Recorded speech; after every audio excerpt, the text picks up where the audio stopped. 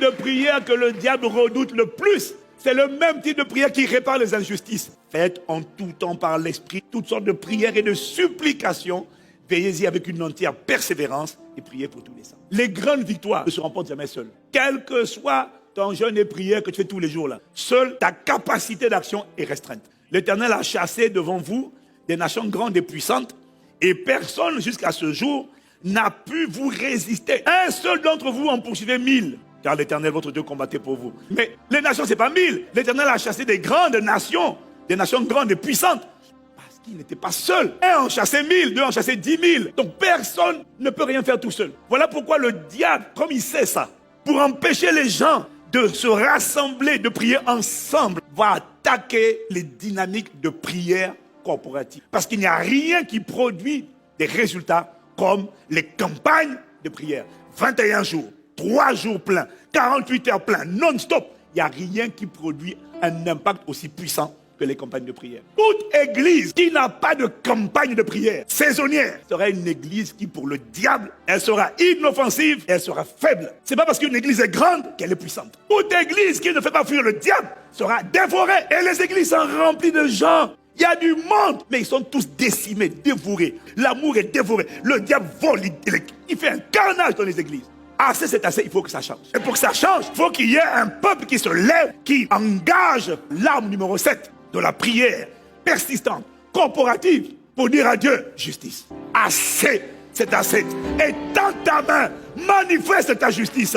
Les campagnes de prière enfantent des niveaux de retournement divin, des niveaux de miracles. Quand ils eurent prié, le lieu où ils étaient assemblés trembla. Ils furent tous remplis du Saint-Esprit et ils annonçaient la parole de Dieu avec assurance. Ça, c'est verset 31. Après qu'ils eurent prié ensemble, les apôtres rendaient avec beaucoup de force. Mais là, tu dois mettre le mot power.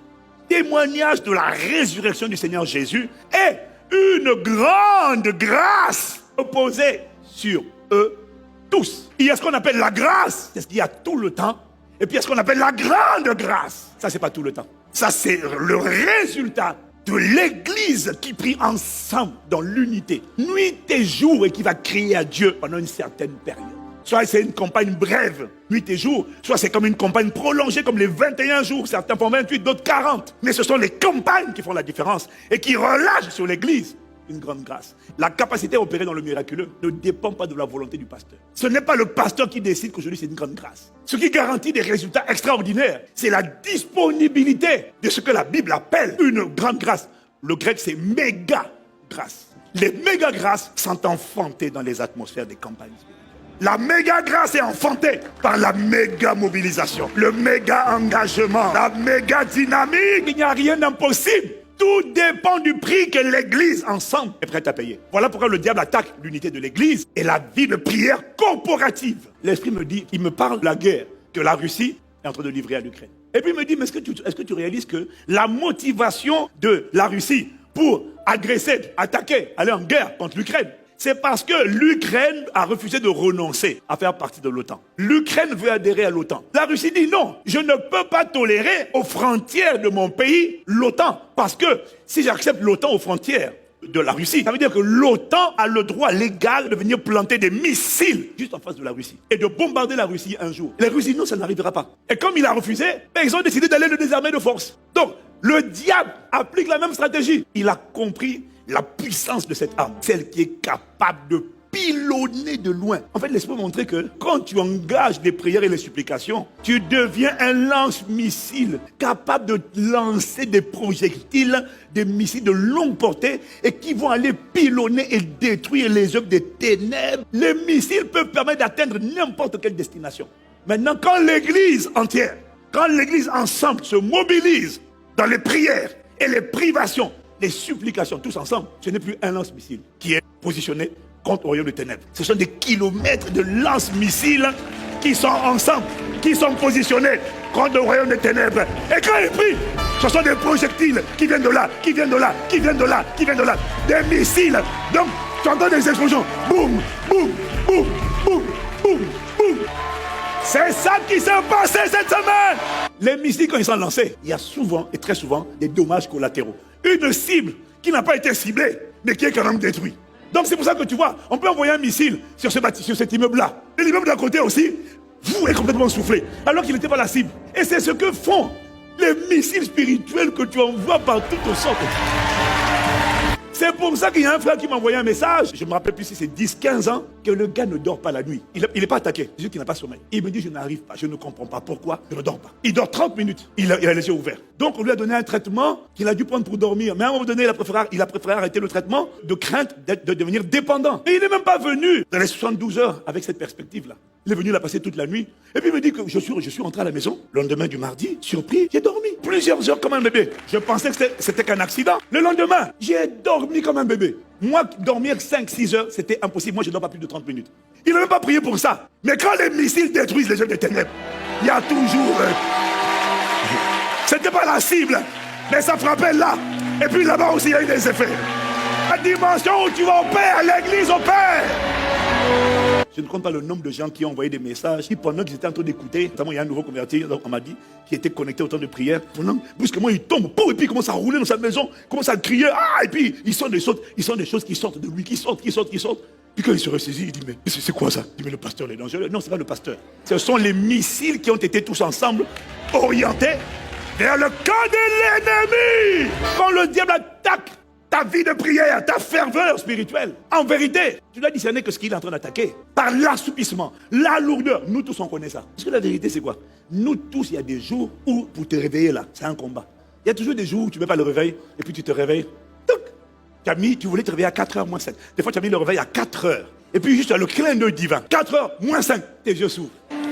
Sauf que la réalité, c'est que ça t'arrive pas tous les jours. Il y a aussi des jours où tu as mis à 4h. Et puis à 4h quand ça a sonné, tu t'es levé, tu as appuyé sur le réveil. Et tu as dit, juste 5 minutes de plus.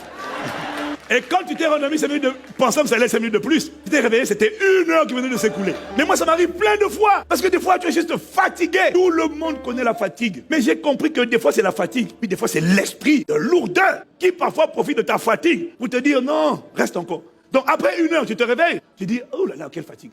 Allez, juste 5 minutes. Et tu te rends encore, 1 heure encore. Donc 2 heures de retard. Et moi, quand ça arrive de nuit, je sais que là c'est plus naturel. Il y a quelqu'un qui prend plaisir. Parce que quand il faut regarder un film, tu es éveillé. Maintenant, quand tu veux prier, je dis non. Donc quand c'est comme ça, fais comme moi. 1 jour, 2 jours.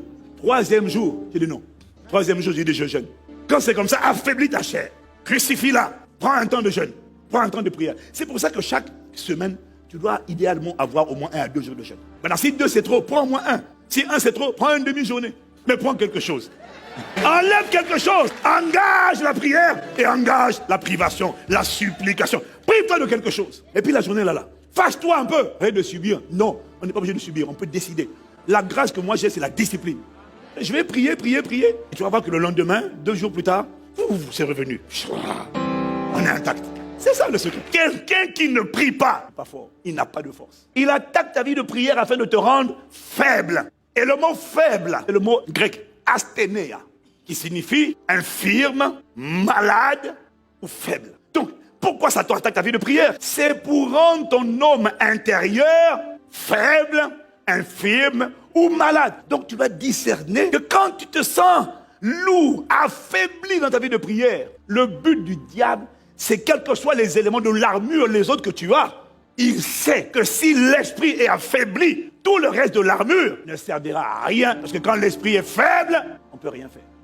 Un chrétien spirituellement faible, qui manque de ferveur dans sa vie de prière, est exactement semblable à un soldat qui est tout armé, mais qui est malade. Il est incapable d'agir, incapable d'opérer. Ça ne sera plus ton expérience. Voilà pourquoi, quel que soit l'état de ta vie spirituelle, quand tu entendras campagne, lève-toi soldat. Quel que soit ton état, même si tu es affaibli, c'est pas grave. Même si tu es malade, viens malade sur le champ de bataille. Viens engager la force de la prière, de la supplication. Et quand Dieu va atterrir, toi, il va fortifier ton esprit, restaurer ton âme, vivifier ton corps et te réarmer. Pour que tu viennes rejoindre les rangs des lanceurs de missiles contre les œuvres des ténèbres. Les plus grands miracles dans l'église, on les a constatés pendant les campagnes de prière. Il y a des situations qui sont tellement humainement impossibles. Ils exigent le déversement de la méga grâce. Ma prière à la maison n'enfante pas la méga grâce. La méga grâce est enfantée par l'onction corporative. Ma prière me fortifie. Elle fait de moi une locomotive qui est capable de conduire l'armée. Mais il n'y a personne qui seul peut le faire. Alors si tu comprends ça, la prochaine fois qu'on sonne la mobilisation, refuse les excuses et engage-toi pour devenir un porte-drapeau, pour devenir un intercesseur, pour devenir un instrument pour le salut, la libération de ta famille, de ta vie, de ta famille, de l'Église, des nations où Dieu nous a établis. Et la volonté de Dieu, ça ne s'accomplira pas comme ça. Il faut qu'une Église se lève. Alors ils nous feront la guerre, rien qu'à cause de ça. On sera combattu. Mais par sa grâce, ils échouent lamentablement au nom de Jésus.